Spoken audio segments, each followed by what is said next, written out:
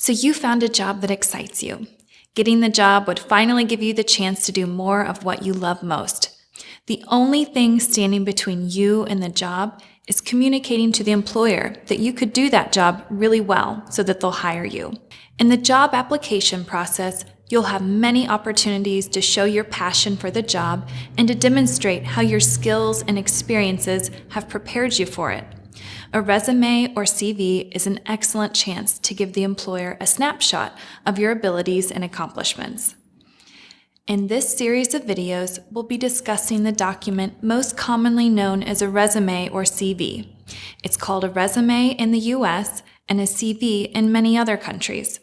We will not be discussing the much longer document typically written by researchers, educators, or academics that is known as a CV in America. From here on out, I'll refer to the document as a resume to keep things simple.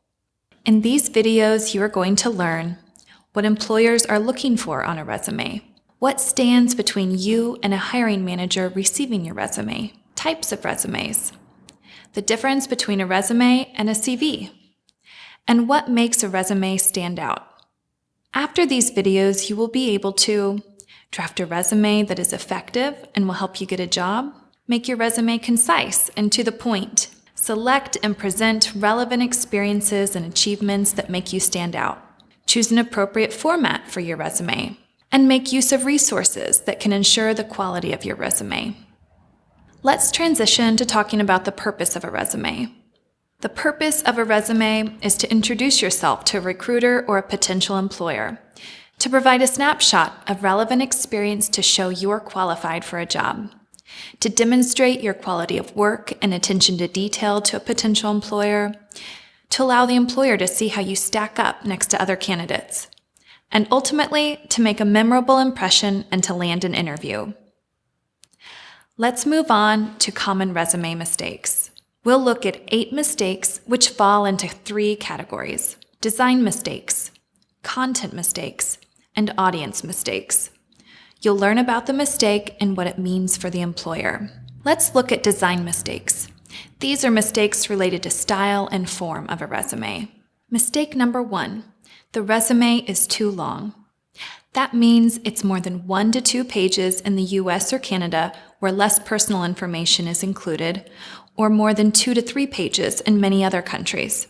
Perhaps there's non-essential information on the resume, or there's information employers can't request, like age or marital status in the United States. What does this mean for an employer? Perhaps they believe the applicant doesn't value their time, doesn't follow conventions, or doesn't understand the job application process, that most recruiters and employers spend less than just 10 seconds scanning a resume. Perhaps they believe it's hard for the applicant to be succinct. Mistake number 2, the format of the resume is distracting. Maybe that means it includes formatting for emphasis and visual appeal, such as colors, bold, italics, underline, font sizes, capitalization. Maybe there are margins, lines, and bullets, and graphs. Or the file name isn't named in a standard way. So what does this mean for an employer? Well, it could be distracting. Maybe they can't focus on the content. Perhaps they believe the candidate lacks professionalism. Maybe they're unable to read all of it, especially if words are cut off because of how it's been saved. Maybe they feel confused by the file name and they don't even open it. Perhaps they believe the applicant is unorganized. Mistake number 3, there are grammar or spelling mistakes in the resume. That means there are obvious spelling errors or mistakes that spell check missed, like THEIR instead of THERE, or perhaps there's incorrect punctuation or grammar. What does this mean for an employer? Well, it could be hard to read. Perhaps they believe the applicant produces poor quality of work. They're inattentive, or they don't have pride in their work. Maybe they believe the applicant is not resourceful. They're unaware of all the people or tools that are available to help. Or they think the applicant is not a strong writer. So we've seen design mistakes related to length, format, and spelling and grammar. Now let's talk about content mistakes. Mistake number 4, the resume is dull. It doesn't capture the reader's attention. This means it includes a list of tasks or responsibilities, not accomplishments or impact made. There are buzzwords like "I'm a hard worker" instead of content showing or proving the applicant works hard. The applicant hasn't quantified their value. For example, they write, "I cut costs" instead of "I cut costs by 15% in the third quarter." In general, there's a lack of numbers, or it's missing powerful and engaging action verbs. Maybe there are long bullets or sentences. And finally, those same words appear over and over. What does this mean for an employer? Well, they won't be impressed. It won't catch their eye. Maybe they believe the applicant didn't make unique contributions. Or maybe they think the applicant will do what is asked, but not take ownership and go above and beyond. Mistake number 5.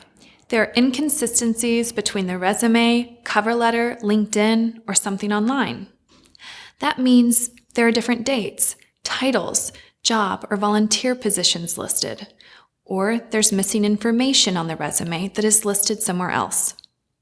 How would this come across to an employer? They may believe the applicant is dishonest, or assume it's just an oversight, but that the person is careless and not detail-oriented. Mistake number 6. The resume shows gaps in experience or job hopping. That means there's a period of time unaccounted for. Maybe there's no job, training, volunteer, or other activity listed, especially for a long period of time. Or maybe there are many jobs, and the employment periods are brief. Employment gaps or job hopping would lead an employer to believe that the candidate is a risk, maybe unstable, perhaps indecisive, or that they lack a vision or commitment. So content mistakes could mean everything from a lack of keywords and accomplishments to inconsistencies in application materials to gaps in a resume. Finally, let's look at audience mistakes. Mistake number 7. The resume is not tailored.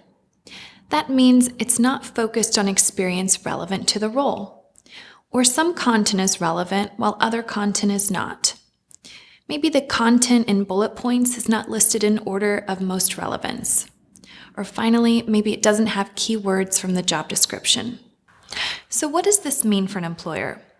They may assume other companies got the same resume, or that their company isn't the candidate's top pick. They may not see it because without keywords, it likely won't pass the screening process of an applicant tracking system software or a recruiter. It may not be clear why the person is applying, and they may need more time to see if the person is indeed qualified. Mistake number 8. The experience on the resume doesn't meet the job requirements.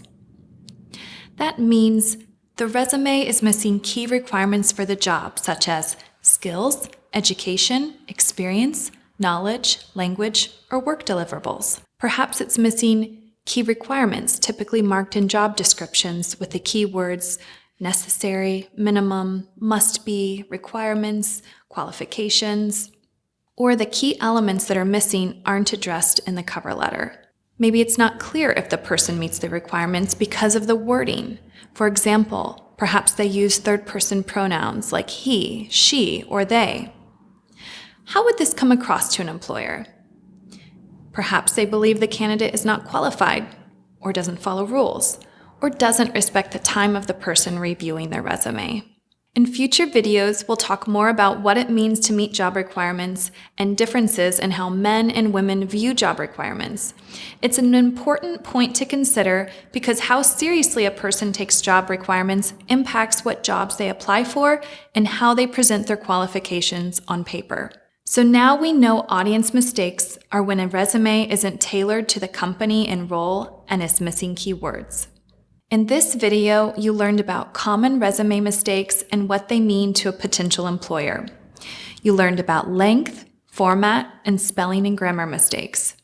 You learned about problems with content and about inconsistencies. You also learned about challenges related to not targeting the audience. You have seen how you can shape the way you present your experience, for better or for worse. In these next videos, you'll learn what you can do to make your resume highly effective and land the job you want. After watching them, you will be able to correct these mistakes so that your resume truly stands out and employers invite you for job interviews.